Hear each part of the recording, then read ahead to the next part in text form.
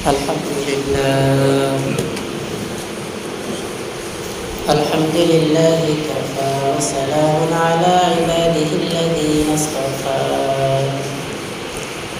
أما بعد فأعوذ بالله من الشيطان الرجيم بسم الله الرحمن الرحيم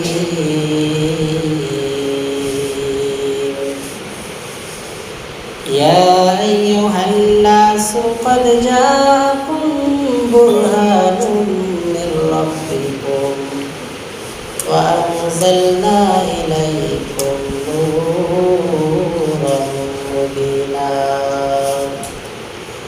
وقال النبي صلى الله عليه وسلم لا يؤمن أحدكم حتى أكون أحب إليه من والده وولده والناس أجمعين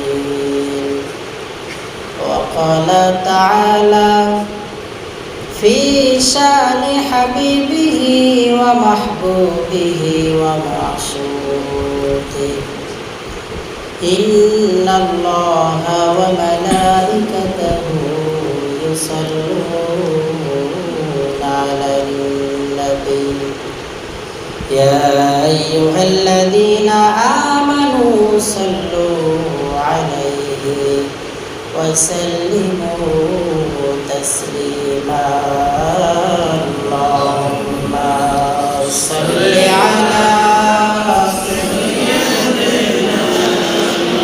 مولانا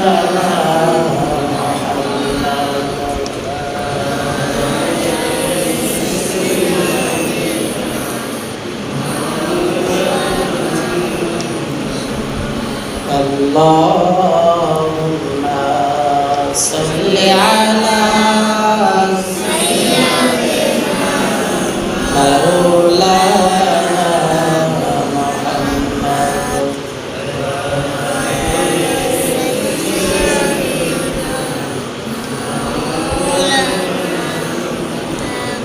محمد आकार कुफ्र को मिटाया कुफ्र को मिटाकर सदाकत को बताया बलगल उला बिकमाली कशफत दुजा बिजमाली हसरत जमीअ خصاله صلوا عليه وآله بلغ العلا بكماله كشف الدجى بجماله حسنة جميع خصاله صلوا عليه আলহামদুলিল্লাহ। সৃষ্টির মহান স্রষ্টা দয়াময় আল্লাহ পাকের দরবারে লাখ কোটি শুকর ও সুজুদ যে আল্লাহ তাআলা আরবি 12 মাসের মধ্যে গুরুত্বপূর্ণ একটি মাস রবিউল আউয়াল মাসের 12 তারিখে আমাদেরকে এশারের নামাজের পরে মুষ্টিময় কিছু সংখ্যক মুসল্লিদেরকে মসজিদে এসে নামাজ আদায়ের পরে রাসূলের মিলাদ ও সিরাত নিয়ে আলোচনা করার মতো আবার আপনাদেরকেও শ্রবণ করার মতো যে আল্লাহ তাআলা তৌফিক দান করলেন, এজন্য সকলেই দিল থেকে শুকর আদায় করি আলহামদুলিল্লাহ। সকলেই দিল থেকে জবান খুলে আবারও শুকর আদায় করে জোরে সোরে আলহামদুলিল্লাহ। অতঃপর যে আল্লাহ তাআলা আমাদের হেদায়েতের জন্য মুক্তির জন্য যুগে যুগে লক্ষাধিক নবী রাসূল পাঠিয়েছিলেন, তাদের মধ্যে আমার আপনার নবী সর্বশ্রেষ্ঠ নবী জনাবে মুহাম্মদ মুস্তাফা সকলেই বলি সাল্লাল্লাহু আলাইহি ওয়াসাল্লাম। মুহতারাম সামিঈন, এশারের নামাজ হয়ে গিয়েছে। এশারের নামাজের পরে তাড়াতাড়ি বিছানায় শয়ন করা রাসূল আকরাম সাল্লাল্লাহু আলাইহি ওয়াসাল্লামের সুন্নাত। এজন্য অল্প সময় কথা বলেই শেষ করে দেওয়া হবে ইনশাআল্লাহ। যে আয়াতে কারিমা তেলাওয়াত করেছি, আয়াতের ভিতরে আল্লাহ তাআলা বর্ণনা করেন, ইয়া আইয়ুহান নাস, হে লোক সকল, ক্বাদ জাআকুম বুরহানুম মির রাব্বিকুম, আমি আল্লাহ তাআলা তোমাদের জন্য বুরহান প্রেরণ করিয়াছি, অর্থাৎ অকাট্য প্রমাণ প্রেরণ করিয়াছি। বুরহান শব্দের শাব্দিক অর্থ হলো অকাট্য প্রমাণ। অপর জায়গায় আল্লাহ তাআলা বর্ণনা করেন, ওয়া মা আরসালনাকা ইল্লা রাহমাতাল লিল আলামিন, রসুলকে বলেছেন, হে রসুল, আপনাকে আমি আল্লাহ তাআলা জগৎবাসীর জন্য রহমত করে দুনিয়াতে প্রেরণ করিয়াছি, পাঠিয়েছি। কীরকম রহমত, শেষ পর্যন্ত যদি থাকেন তাহলে বুঝতে পারবেন ইনশাআল্লাহ। তো আল্লাহ তাআলা বললেন, ইয়া আইয়ুহান নাস, ক্বাদ জাআকুম বুরহানুম মির রাব্বিকুম, হে মানুষ, তোমাদের জন্য আমি আল্লাহ তাআলা বুরহান পাঠিয়েছি, অর্থাৎ অকাট্য প্রমাণ পাঠিয়েছি। তাফসীর কারকগণ বলেন, অকাট্য প্রমাণ দ্বারা রাসূল আকরাম সাল্লাল্লাহু আলাইহি ওয়াসাল্লামকে আল্লাহ তাআলা পাঠিয়েছেন। রসুলকে আল্লাহ তাআলা অকাট্য প্রমাণ করে পাঠিয়েছেন। কেমন অকাট্য প্রমাণ? রসুল আল্লাহ তাআলাকে চিনেছেন। রসুল মানুষের দ্বারে দ্বারে বারে বারে ঘুরে আল্লাহ তাআলাকে, আমাদের মালিককে, আমাদের খালেককে, আমাদের স্রষ্টাকে, আমাদের রিজিক দাতাকে মানুষের দ্বারে দ্বারে বারে বারে গিয়ে আল্লাহ পাকের রসুল মানুষকে বুঝাইছেন। ওয়া আনজালনা ইলাইকুম নূরাম মুবিনা, অকাট্য প্রমাণ এটা বলেই আল্লাহ তাআলা ক্ষান্ত হন নাই। ওয়া আনজালনা ইলাইকুম নূরাম মুবিনা, আল্লাহ তাআলা আয়াতের ভিন্ন অর্থাৎ বাকি অংশে বলেন যে, এবং তোমাদের জন্য আলোকাময় উজ্জ্বল রশ্মি হিসেবে রসুলকে দুনিয়াতে পাঠিয়েছি। রাসূল আকরাম সাল্লাল্লাহু আলাইহি ওয়াসাল্লাম মানবতার মুক্তির দিশারি, আমরা কিভাবে মুক্তি পেতে পারি জাহান্নাম থেকে, এই ফিকির নিয়ে রাসূল আকরাম সাল্লাল্লাহু আলাইহি ওয়াসাল্লাম দুনিয়াতে এসেছিলেন। এখন রসুলের জীবন আলোচনার ক্ষেত্রে দুই রকম। আলোচনার ক্ষেত্রে কয় রকম? এক মিলাদুন নবী, আর এক হলো সিরাতুন নবী। তাহলে রসুলের জীবন আলোচনার ক্ষেত্রে একে মিলাদুন নবী, দ্বিতীয়ত সিরাতুন নবী। তো আমরা দেখি 12ই রবিউল আউয়াল যখন আসে তখন চারিদিকে আলোকসজ্জা, লাইটে, জশ্নে জুলুসে মুখরিত হয়ে ওঠে পুরো দেশ। বিশেষ শ্রদ্ধা ও আনন্দের সাথে উদযাপন করা হয় এই দিন বা এই দিবসটাকে। কিন্তু আমরা সচেতন মুসলমান হিসাবে আমাদের জানা উচিত ছিল যে কোরআন হাদিস অনুযায়ী এই দিন আমরা যে পালন করি এটা কতটুকু যৌক্তিক বা কতটুকু সহি সনদে এই বিষয়টা প্রমাণিত আছে। 12ই রবিউল আউয়াল আসলো, নামাজ নাই, রোজা নাই সারা বছর, 12ই রবিউল আউয়াল আসলো আর রসুলের জন্মদিনে রাস্তায় রাস্তায় মিছিল দিলাম আর আমি আশিকে রসুল হয়ে গেলাম, এটা কখনো সম্ভব নয়। আশিকে রসুল তো সে যে নিজের শরীরের মধ্যে সুন্নতি লেবাস পরিধান করতে পেরেছে। আশিকে রসুল তো সে যে ব্যক্তি বর্তমান জামানায় দাড়ি রেখেছে। আশিকে রসুল তো সে যে বর্তমান জামানায় মাথায় টুপি উঠাইছে। আশিকে রসুল তো সে যে সুন্নতি লেবাস পঙ্খান্নভাবে শরীরের ভিতরে উঠেছে। এখন সবচাইতে বড় অলি, এ জামানায় সবচাইতে বড় অলি ওই ব্যক্তিকে বলা হয় যে ব্যক্তি যুবক বয়সে দাঁড়িয়ে রাখে। আমাদের এক ওস্তাদ বলেছিলেন যে বর্তমান জামানার সবচাইতে বড় অলি ওই ব্যক্তি, ওই যুবক, যেই যুবক দাঁড়িয়ে রেখেছে। এজন্য যুবক ভাইদের পায়ে হাত দিয়ে বলি, যদি পেতে চাও নেককার নারী তাহলে বিবাহের আগে রেখে দাও কি দাড়ি। প্রবাদ হলেও কথা একেবারে সত্য। যদি পেতে চাও দিনদার নারী তাহলে যুবক বয়সে রেখে দাও দাড়ি। তো যার ভেতরে দাড়ি নাই, যার শরীরের ভিতরে সুন্নতি লেবাস নেই, সে যদি 12 রবিউল আউয়ালে সারাদিন মিছিল করে যে আমি নবীর জন্মে খুশি, ও প্রকৃতপক্ষে আশিকে রাসূল নন। কথা বলেন ঠিক কিনা? রাসূল আকরাম সাল্লাল্লাহু আলাইহি ওয়াসাল্লামের জন্মে খুশি, কিন্তু রাসূলের সিরাতে আমরা খুশি না। আম্মা জান আয়েশা সিদ্দিকা রাদিয়াল্লাহু তাআলা আনহা বর্ণনা করেছেন যে রাসূলের পুরা সিরাতটা হলো কোরআন কারীম। এখন অনেকেই বলি যে রাসূলের মিলাদকে আমরা লাথি মারি আর সিরাতকে আমরা গ্রহণ করি, বা মিলাদকে আমরা গ্রহণ করি আর সিরাতকে আমরা লাথি মারি। আম্মা জান আয়েশা বললেন যে রাসূলের পুরা সিরাতটাই হলো কোরআন কারীম, তাহলে আমরা লাথিটা মারি কোথায় আর লাথিকে লাগে কোথায়? আম্মা জান আয়েশা বলেন যে রাসূলের পুরা সিরাত কোরআন কারীম, আমাদের লাথিটা গিয়ে যদি কোরআন কারীমে পড়ে, মিলাদ দিয়ে আপনি কি করবেন? বাবার সন্তান হয়ে দাদাকে দাদা ডাকতে হয়। বাবার সন্তান যদি কেউ না হয়, এমনিতে একজনকে দাদা ডাকলে সে প্রকৃত নাতি হিসেবে গ্রহণ করে না। যে ব্যক্তি সিরাতকে স্বীকার করে সেই মূলত মিলাদকে স্বীকার করে। যে ব্যক্তির বাবার সন্তান, সে যদি দাদাকে গিয়ে দাদা বলে ডাকে, তাহলে দাদা বলবে আমার নাতি আসো আসো। এজন্য মিলাদ আমরা মানি, কিন্তু সিরাতকে বাদ দিয়ে নয়। সিরাত আগে মানতে হবে, এরপরে মিলাদ। বাবার সন্তান হতে হবে, এরপরে দাদাকে দাদা বলে ডাকতে হবে। রাসূল আকরাম সাল্লাল্লাহু আলাইহি ওয়াসাল্লামের জন্ম বৃত্তান্ত বিস্তর আলোচনা ওলামায়ে কেরামের মাঝে, বিভিন্ন হাদিস বিশারদদের মধ্যে রাসূল আকরাম সাল্লাল্লাহু আলাইহি ওয়াসাল্লামের জন্মের তারিখ নিয়ে অনেক মতবিরোধ রয়েছে। কেউ কেউ বর্ণনা করেছেন যে 8ই রবিউল আউয়াল রাসূলের জন্ম হয়েছে, কেউ কেউ বর্ণনা করেছেন যে 10ই রবিউল আউয়াল রাসূলের জন্ম হয়েছে, আবার ওলামায়ে কেরাম বর্ণনা করেছেন যে 12ই রবিউল আউয়াল রাসূল আকরাম সাল্লাল্লাহু আলাইহি ওয়াসাল্লামের বেলাদত তথা জন্ম এই ভূমিতে হয়েছে। তবে দুইটি মত প্রসিদ্ধ, দুইটি মত গ্রহণযোগ্য। কয়টি মত?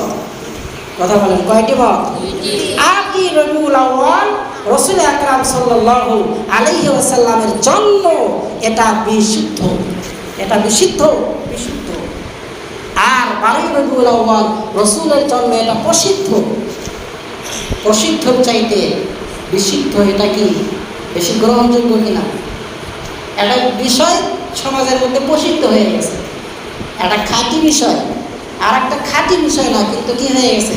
সমাজের মধ্যে প্রচার প্রসার হয়ে গেছে। এজন্য হাদিসের বর্ণনা অনুযায়ী বলা হয়েছে যে রাসূলের জন্ম হস্তি বাহিনীর আক্রমণ, অর্থাৎ হাতি বাহিনীর আক্রমণ যে বছর কাবার উপরে হয়েছিল, সেই বছরই রাসূল আকরাম সাল্লাল্লাহু আলাইহি ওয়াসাল্লামের জন্ম হয়েছে। হস্তি বাহিনীর কাবা শরীফের উপরে আক্রমণ করার 50 দিন পরে। এটাও আল্লাহ তাআলা কোরআনুল কারীমের মধ্যে উঠায় দিয়েছেন। আলাম তারা কাইফা ফাআলা রাব্বুকা বিআসহাবিল ফিল। ফিল মানে কি? হস্তি বাহিনী, হাতি। ওয়ারসালা আলাইহিম তায়রান আবাবিল, কি দ্বারা? ঝাঁকে ঝাঁকে পাখি দ্বারা। ওয়ারসালা আলাইহিম তায়রান আবাবিল। আমরা যদি বলি যে আবাবিল পাখি দ্বারা আল্লাহ তাআলা ধ্বংস করেছে। আবাবিল মানে ঝাঁকে ঝাঁকে। আবাবিল মানে কি?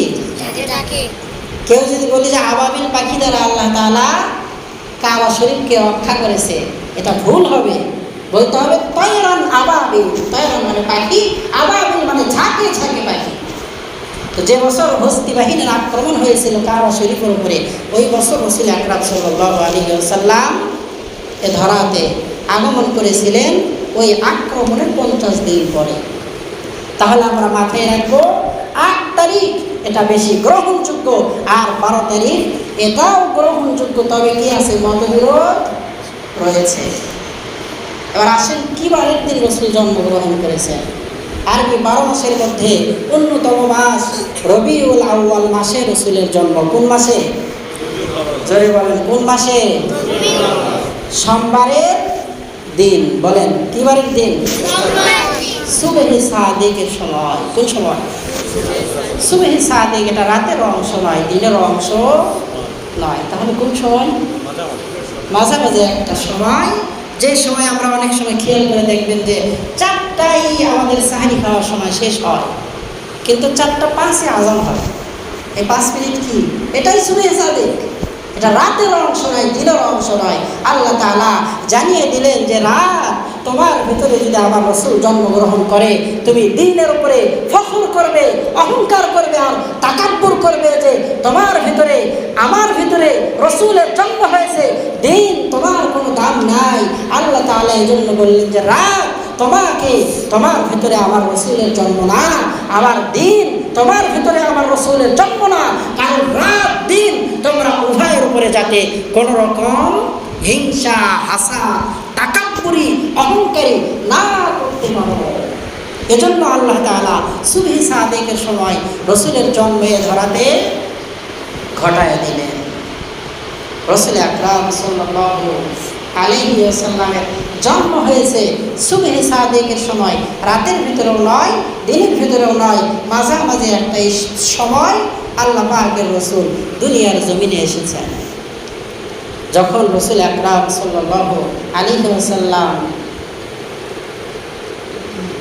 মা আমিনার গর্ভে, এর পূর্বে আল্লাহ তাআলা যখন নবী আদমকে বানালেন, ভালো মতো বুঝবেন, নবী আদমকে আল্লাহ তাআলা যখন বানালেন 4টি বস্তু দ্বারা। কয়টি বস্তু দ্বারা? আগুন, পানি, মাটি, বাতাস। কয়টি? মানুষ বানিয়েছেন আল্লাহ তাআলা 4টি বস্তু দ্বারা, আগুন, পানি, বাতাস, মাটি দ্বারা। আল্লাহ তাআলা নবী আদমকে বানানোর পরে নবী আদমের জিসিমের মধ্যে, শরীরের ভিতরে আল্লাহ পাকের আহকাম, বিধান, হুকুম, রূপ ফোকায় দেওয়ার পরে নবী আদমকে আল্লাহ তাআলা ডাক দিয়ে বললেন, ইয়া ইবনা মুহাম্মদ। আল্লাহর নবী আদম আল্লাহ তাআলাকে ডাক দিয়ে বলল, মালিক, আমার নাম আদম, কিন্তু আমাকে আপনি ইবনে মুহাম্মদ বলে কেন সম্বোধন করলেন, কেন ডাকলেন? আল্লাহ তাআলা সঙ্গে সঙ্গে জানিয়ে দিলেন, নবী আদম, আপনাকে ইবনে মুহাম্মদ বলে ডাকার পিছনে কারণ যদি আপনি জানতে চান, তাহলে নবী আদম আপনি আপনার মাথাটা নিচের দিক থেকে উপরের দিকে উঠান। আল্লাহর পয়গম্বর নবী আদম তার মাথাটা উপরের দিকে উঠানোর সঙ্গে সামনে তাকানোর পরে দেখে লক্ষ লক্ষ কোটি কোটি নূরের আলোর মতো বিন্দু বিন্দু ঝলমল ঝলমল করে নবী আদম এবার ডানের দিকে তাকায়। ডানে তাকানোর পরে এরকম আলো নবী আদমের চোখের ভেতরে পড়ে। নবী আদম এবার বাঁয়ে তাকায়, নবী আদম পিছনের দিকে তাকায়, নবী আদম আসমানের দিকে তাকানোর পরে লক্ষ লক্ষ বিন্দু কোণার মতো ঝলমলে নূর দেখতে পায়। এবার আল্লাহ তাআলাকে জিজ্ঞাসা করলেন, মালিক, এই আলোটা কিসের? আমি নবী আদম জানতে চাই। আল্লাহ তাআলা জানিয়ে দিলেন, নবী আদম, আপনাকে ইবনে মুহাম্মদ বলে ডাক দিয়েছি, তো আপনি প্রশ্ন আমাকে করেছেন। ও নবী আদম, জানিয়ে রাখেন, আপনার সন্তানের মধ্যে এমন একটা সন্তান এই দুনিয়ার মধ্যে আসবে, যেই সন্তান আপনি বাবার চাইতেও আমি আল্লাহ তাআলার কাছে অধিক প্রিয়। আল্লাহর পয়গম্বর বললেন, তাহলে এগুলো নূর আমি কিসের দেখতে পাই? আল্লাহ তাআলা জানিয়ে দিলেন, ইবনে মুহাম্মদ, মুহাম্মাদের পিতা, এটা তোমার সন্তান মুহাম্মদ, আখিরি জামানার পয়গম্বর জনাবে মুহাম্মদ মুস্তাফা সাল্লাল্লাহু আলাইহি ওয়াসাল্লামের নূর। আল্লাহ পাকের রাসূলকে আল্লাহ তাআলা নূর দ্বারা সৃষ্টি করেছেন। কেমন নূর! দুনিয়াতে সামান্য একটা মাহফিল আলোকিত করতে গেলে কত বাতির প্রয়োজন হয়। জান্নাতের মধ্যে একটা মাহফিল হবে, সে মাহফিলের স্টেজে রাসূল আকরাম সাল্লাল্লাহু আলাইহি ওয়াসাল্লাম তাশরিফ আনার সঙ্গে সঙ্গে কত মানুষ দুনিয়াতে, তাহলে কত বড় প্যান্ডেল হবে, কত বড় স্টেজ হবে! রসুলের চেহারার নূরের কারণে পুরো জান্নাতের মাহফিলটা আলোকিত হয়ে যাবে। সুবহানাল্লাহ।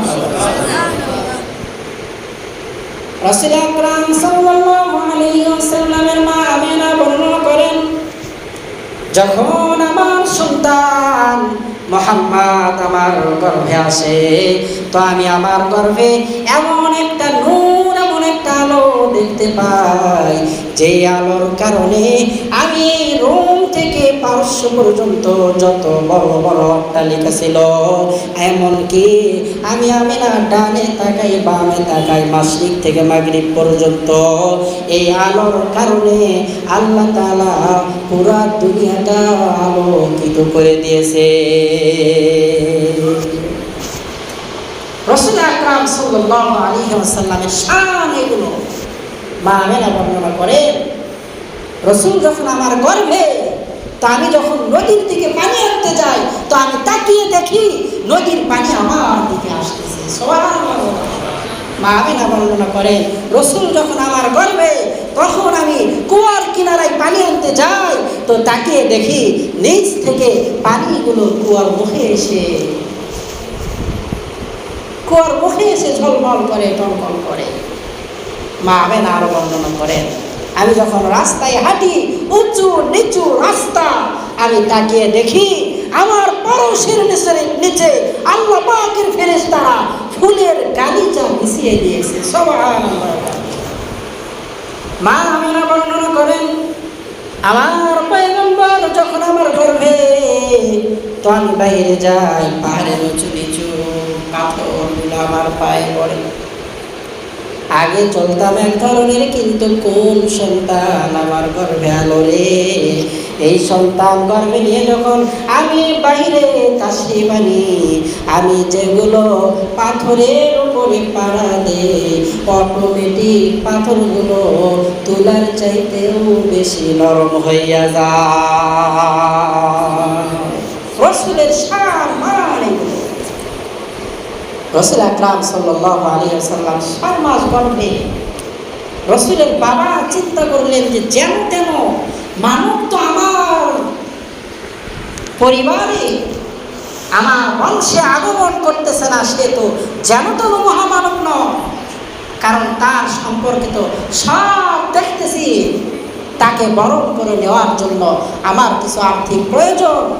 বাবা আব্দুল্লাহ, রাসূল আকরাম সাল্লাল্লাহু আলাইহি ওয়াসাল্লামের বাবা আব্দুল্লাহ ব্যবসা করার জন্য চলে গেলেন সিরিয়াতে। ঘটনাক্রমে সেখানেই ইন্তেকাল হয়ে গেল। কিছুদিন পরে মক্কার মানুষগুলো রাসূল আকরাম সাল্লাল্লাহু আলাইহি ওয়াসাল্লামের দাদার নিকটে নালিশ করে আর বলে, ও আব্দুল মুত্তালিব, আপনার সন্তান দুনিয়া থেকে বিদায় নিয়ে চলে গেছে, কিন্তু আপনার বৌমা এলাকার ভিতরে, এই মদিনার ভিতরে এমন এমন পারফিউম আর আতর ব্যবহার করে ঘুরে, যেই সমস্ত সেন্ট আমাদের নাকে লাগে। আপনি যদি আপনার বৌমাকে হুঁশিয়ারি না করেন, তাহলে কিন্তু বিপদের সম্মুখীন হতে পারে। দাদা আব্দুল মুত্তালিব রাসূল আকরাম সাল্লাল্লাহু আলাইহি ওয়াসাল্লামের মা আমিনাকে বললেন, আমিনা, তোমার জন্য বুঝি আমার মক্কার মতো অন্যগিরি আর থাকে না, কারণ তুমি যেখানে সেখানে যাও তোমার স্বামী নাই, এটা তোমাকে বুঝতে হবে। শরীরের ভিতরে এত পারফিউম আতর আর বডি স্প্রে মারো, এটা তো কোনো পক্ষে ঠিক নয়, কারণ ফুকাহায়ে কেরাম বলেছেন, রাস্তা দিয়ে যদি কোনো নারী যায় আর তার শরীর থেকে যদি সেন্ট বা বডি স্প্রের ঘ্রাণ যদি কোনো যুবকের নাকের ভেতরে যায়, তাহলে ওই যুবকের সঙ্গে জেনার গুনাহ তার আমলনামায় লিপিবদ্ধ হয়। কিভাবে জেনা হয় আমরা জানি? কি কথা বলেন? জানি। কথার আওয়াজ তো আছেই। রাসূলের বলতেন যে মহিলাদের কথা বলতেও হাজার আমার চিন্তা করে কথা বলা দরকার, কারণ তাদের জবানের আওয়াজটা সাতরের অন্তর্ভুক্ত।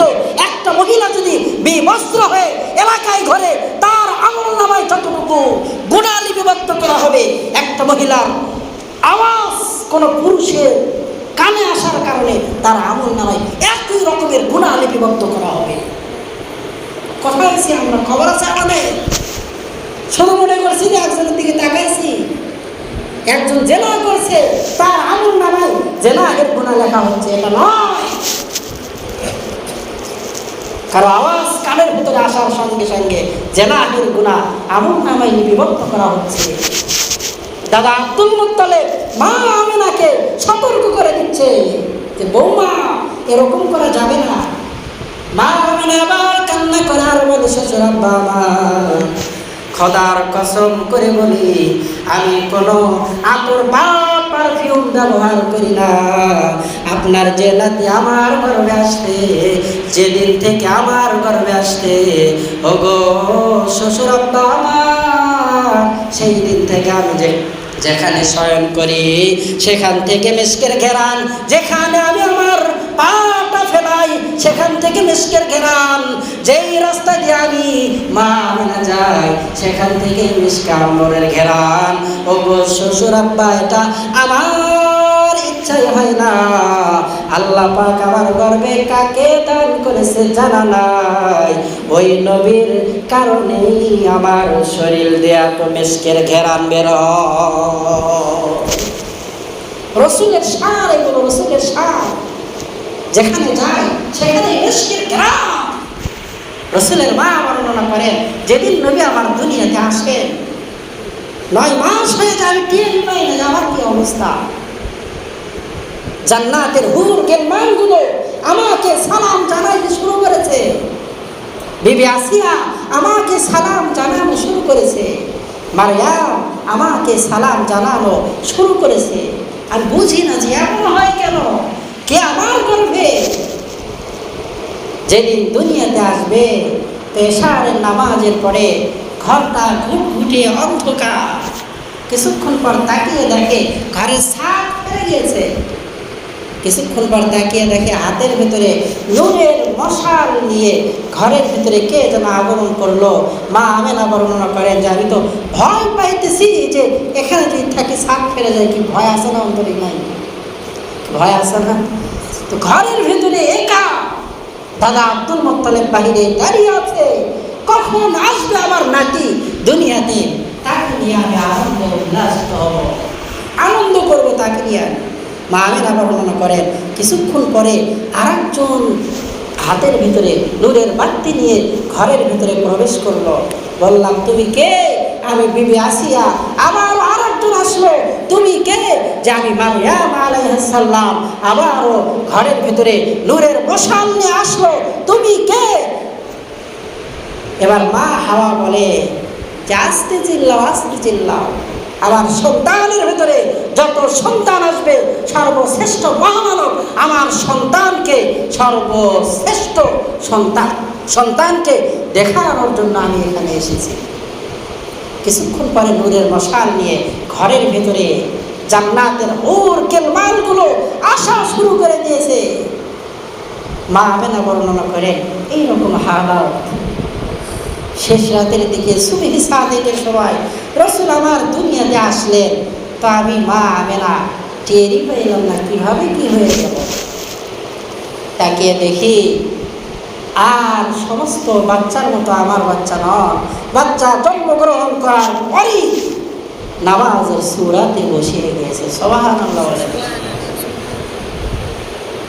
এরপরে মা আমিনা বর্ণনা করেন এখানেই শেষ নয়, কিছুক্ষণ পর দেখি আমার রাসূল সিজদার ভিতরে লুটাইয়া পড়েছে আর গুনগুন গুনগুন আওয়াজে বলছে, আল্লাহ আমার গুনাহগার উম্মতকে যদি তুমি নাজাতের ফয়সালা না করো, আমি রাসূল সিজদা দিয়েছি মৃত্যুর আগ পর্যন্ত আর এই সিজদা উঠাবো না। আল্লাহ তাআলা জানিয়ে দিলেন, রাসূল আপনার প্রেমেই তো দুনিয়ার সব, আপনি যা চাবেন তাই হবে। কাল্লাটা উঠান। রাসূল সিজদা থেকে উঠিয়ে নামাজের সূরাতে বসে আসমানের দিকে শাহাদাত আঙ্গুলে উঠিয়ে বলে, আল্লাহু আকবার, আল্লাহু আকবার, লা ইলাহা ইল্লাল্লাহু, আল্লাহু আকবার, আল্লাহু আকবার। ওয়ালিল্লাহিল হাম। পুরো ঘরটা আলোকময় হয়ে গেছে, উজ্জ্বল। দাদা আব্দুল মুত্তালিব মনে মনে হাসে আর বলে, কে রে দুনিয়াতে আসতে, আমার কোলে উঠাইয়া দাও, অনেকক্ষণ যাবত অপেক্ষা করছি। দাদা আব্দুল মুত্তালিব ঘরের দিকে আসতে চায়, গেটের সামনে আল্লাহ তাআলা দুইজন ফেরেশতা নিযুক্ত করেছেন, মিকরাইল আলাইহিস সালাম আর নবীর নিকটে জিবরাইল আলাইহিস সালাম। দাদা আব্দুল মুত্তালিব পাগল হয়ে গেছে, আমার নাতি মুহাম্মদকে দেখব। ঘরের ভিতরে ঢুকতে চায়, মিকরাইল আলাইহিস সালাম বলে, পরে আসেন, এখন ঢোকা যাবে না। দাদা আব্দুল মুত্তালিব চোখের দিকে তাকিয়ে দেখে যে দুনিয়ার এত জায়গায় ঘুরলাম, মক্কার মতো আমি তোমার মতো চেহারাওয়ালা লোক আমি জিন্দেগিতে দেখি নাই। ডাকতে বলে, হারে তাড়াতাড়ি আয়, আমার নাতিকে মনে হয় অপহরণ করার জন্য, চুরি করার জন্য এরা আসতে, কই থেকে চিনি না, তাড়াতাড়ি আমার নাতিরে বাঁচা। রসুলের বড় চাচা হারেস এসে দরজার কিনারায় এসে ডাক দে বলে, তুমি কে? তোমাকে তো চিনি না, দুনিয়ার কত জায়গায় গেলাম, কিন্তু তোমার চেহারার সঙ্গে তো কারো চেহারার মিল নাই। এবার বলে যে পরে আসেন আপনাদের সন্তান, আপনাদেরকে দিয়ে দেওয়া হবে। হারেস যুবক মানুষ, রক্তে বড় গরম। মিকরাইল আলাইহিস সালামকে ধাক্কা মেরে ভেতরে ঢুকতে লাগছে। সঙ্গে সঙ্গে মিকরাইল আলাইহিস সালাম কনিষ্ঠ আঙ্গুলের দ্বারা একটু ইশারা করেছে, 20 হাত দূরে পড়ে গিয়ে কয়েকে, যেন তেন তো মুহাম্মদ তুমি নয়, তোমার শরীরে এত শক্তি কেন? পরে আসো, পরে আসো। এদিকে জিবরিল আমিন আমার পয়গম্বরকে জান্নাতের রেশমি তয়লার ভেতরে উঠাইয়া মাশরিক থেকে মাগরিব পর্যন্ত, শিমাল থেকে জুনুব পর্যন্ত পুরা দুনিয়াটা ঘুরাইয়া ঘুরাইয়া ফিরাইয়া পুরা দুনিয়ার ভেতরে রহমত বিলাইয়া দিতেছে। এজন্যই তো আল্লাহ তাআলা বলেছিলেন, ওয়া আরসালনাকা ইল্লা রাহমাতাল লিল আলামিন। আলামিন মানে পুরো জগতের জন্য রহমত ছিল। নবী তুমি রহমত ঘরের মধ্যে না, আমার ফেরেশতা জিবরাইল আলাইহিস সালামের মাধ্যমে আপনি যে রহমতের নবী, এই রহমতটা পুরা দুনিয়ার ভেতরে আমি সায়লাভ করে দিলাম। দাদা আব্দুল মুত্তালিব বাবার সকাল হয়ে গেছে, কি খারাপ লাগে? আর কিছুক্ষণ শেষ করি।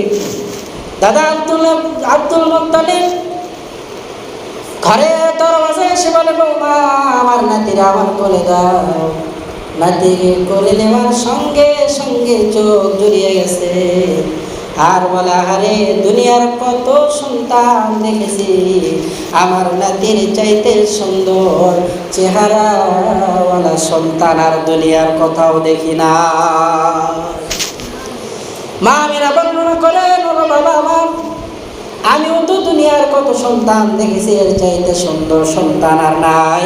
মক্কার সমস্ত মানুষ যেই দেখে সেই এই কথা বলে যে এর চাইতে সুন্দর মহামানব আল্লাহর জমিনের ভিতরে আর একটাও না।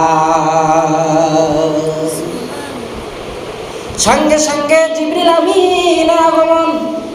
ওগো দাদা আব্দুল মুত্তালিব, ওগো মক্কার মানুষ, ভালো করে শুনে নেন, আমি নবী আদম থেকে আখির জামানার পয়গম্বর মুহাম্মদ সাল্লাল্লাহু আলাইহি ওয়াসাল্লাম পর্যন্ত প্রত্যেকটা নবী, প্রত্যেকটা রাসূল ওই নবী ইব্রাহিমকে আমি জিবরিল আমিন দেখেছি, নবী ঈসাকে আমি জিবরিল আমিন দেখেছি, নবী ইউনূসকে আমি জিবরিল আমিন দেখেছি, নবী ইউসুফকে আল্লাহ তাআলা এত সৌন্দর্য দান করেছিলেন যার সৌন্দর্যের কারণে পুরা দুনিয়ার সমস্ত সৌন্দর্য এক পাল্লায় উঠে দিলেন, নবী ইউসুফের সৌন্দর্য বৃদ্ধি পাবে।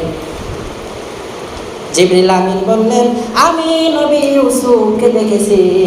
মক্কার মানুষ সহ নবীজির দাদা ভালো করে শুনে নাও, মা আমিনা ভালো করে শুনে নাও, পৃথিবীর সৃষ্টি লগ্ন থেকে আজ পর্যন্ত যত মহামানব আল্লাহ তাআলা পাঠিয়েছে, এই মুহাম্মাদের চাইতে এত সুন্দর চেহারাওয়ালা মানুষ আমি জিবরাইলও দেখি না। আল্লাহ তাআলা সঙ্গে সঙ্গে আরশ আজিম থেকে ডাক দিয়ে বলে, জিবরাইল তুমি দেখবা কই থেকে? আমি আল্লাহ তাআলা আমার প্রিয় হাবিব মুহাম্মাদের চাইতে সুন্দর করে আর দুনিয়াতে কাউকে পাঠাই না। তাহলে রাসূলের চেহারার চাইতে দুনিয়ার ভিতরে সুন্দর চেহারা আর কারো আছে? রাসূলের চেহারার দিকে তাকাইলে ক্ষুধা নিবারণ হয়ে যায়, রাসূলের চোখে চোখ লাগলে অন্তর জুড়িয়ে যায়। রাসূল আকরাম সাল্লাল্লাহু আলাইহি ওয়াসাল্লামের জন্মের শান মান এগুলো হলো মিলাদুন নবী। মিলাদ মানে কি? কথা বলেন। মিলাদ মানে জন্ম, নবী মানে রাসূল আকরাম সাল্লাল্লাহু আলাইহি ওয়াসাল্লামের জন্ম বৃত্তান্ত আলোচনা। সিরাত মানে রাসূলের জীবন বৃত্তান্ত আলোচনা। রাসূল জীবন প্রাথমিকভাবে দুই ভাগে বিভক্ত। এক নাম্বার জন্ম বৃত্তান্ত আলোচনা, দ্বিতীয় নাম্বারে কি? জীবন বৃত্তান্ত আলোচনা। জন্ম বৃত্তান্ত আলোচনা এটাই, জীবন বৃত্তান্ত আলোচনা ব্যস্ত। রাসূল আকরাম সাল্লাল্লাহু আলাইহি ওয়াসাল্লাম যা করেছেন সব সিরাতের মধ্যে অন্তর্ভুক্ত রয়েছে। এজন্য মিলাদুন নবীকে আমরা গ্রহণ করি, সিরাতুন নবীকে লাথি মারি, এটা দুটাকেই আমরা গ্রহণ করি, তবেই সে পাক্কা মুমিনে কামেল। এজন্য আসুন, রাসূলের জন্মে আমরা খুশি, কি খুশি কিনা? রাসূলের জন্মে আমরা খুশি, ঠিক তেমনিভাবে রাসূলের ইন্তেকালে আমরা কি সকাল।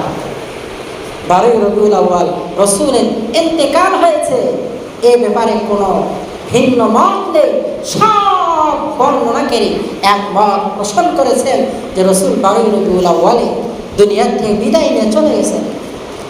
তাহলে কি আজকে খুশির দিন না শোকের দিন?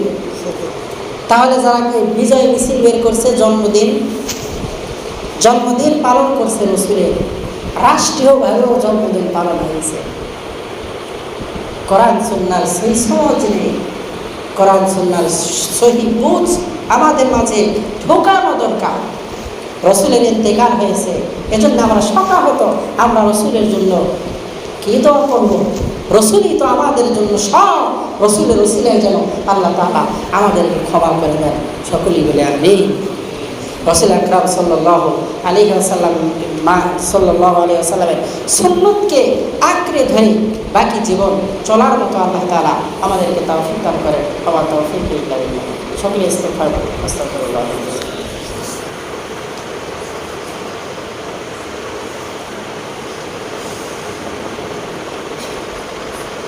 সূরা ইখলাস।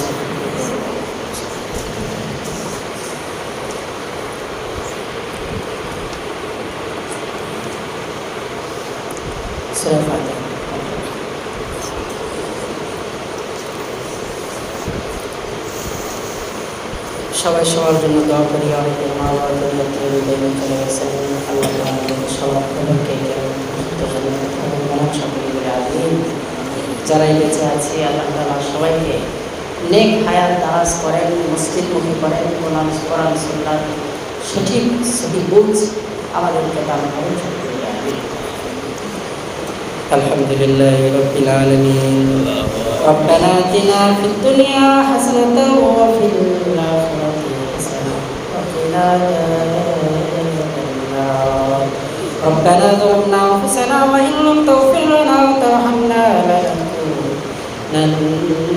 من الخاسرين رب ارحمهما كما ربياني صغيرا اللهم رب ارحمهما كما ربياني صغيرا আল্লাহ তাআলা এশার নামাজ আদায়ের পর আপনার রাসূলের আল্লাহ সিরাত সম্পর্কে নির্বাচন করুন। আল্লাহ আমি গুনাহগার কিছু কথা বললাম, আল্লাহ আমার প্রাণ প্রিয় মুসলিম ভাই বন্ধুরা, আল্লাহ মুরব্বী বাবাজিরা, আল্লাহ যুবক ভাই বন্ধুগণ, আল্লাহ কষ্ট সহকারে এতক্ষণ অবস্থান করেন।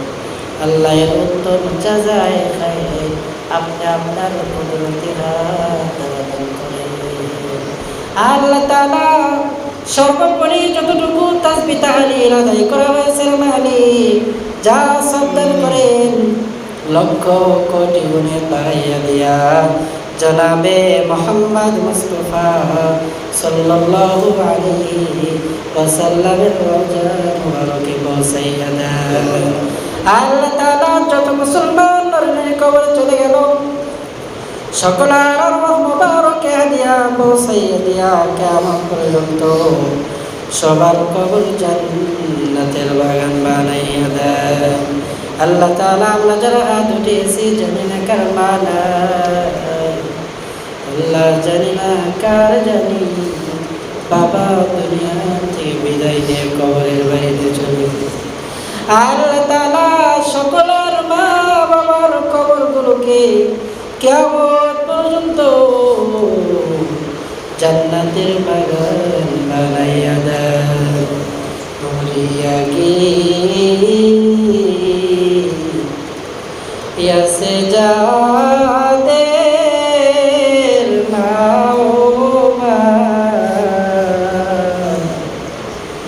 কবরে